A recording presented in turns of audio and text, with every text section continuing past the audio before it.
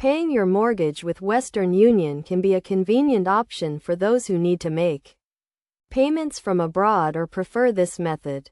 To get started, first ensure that your lender accepts Western Union payments. Not all lenders do, so it is crucial to confirm this before proceeding. Next, gather the necessary information, including your mortgage account number, the lender's name and address, and the amount you need to pay. You will also need to find a Western Union location near you, which can be done by visiting their website or using their mobile app.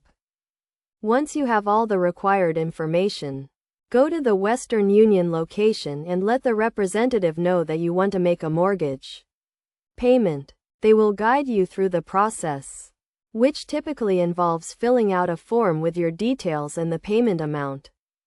You will then need to pay the amount, plus any applicable fees, using cash or a debit card. The representative will give you a receipt, which you should keep for your records.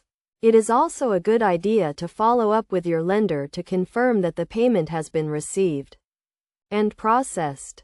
It is worth noting that Western Union payments may take a few days to process, so plan accordingly to avoid late fees.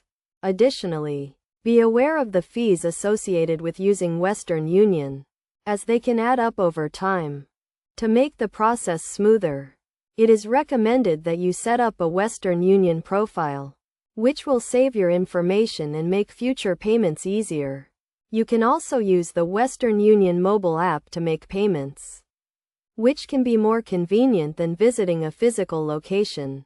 Overall, paying your mortgage with Western Union can be a viable option, but it is essential to understand the process, fees, and any potential delays. By following these steps and being mindful of the details, you can make your mortgage payments efficiently and avoid any issues.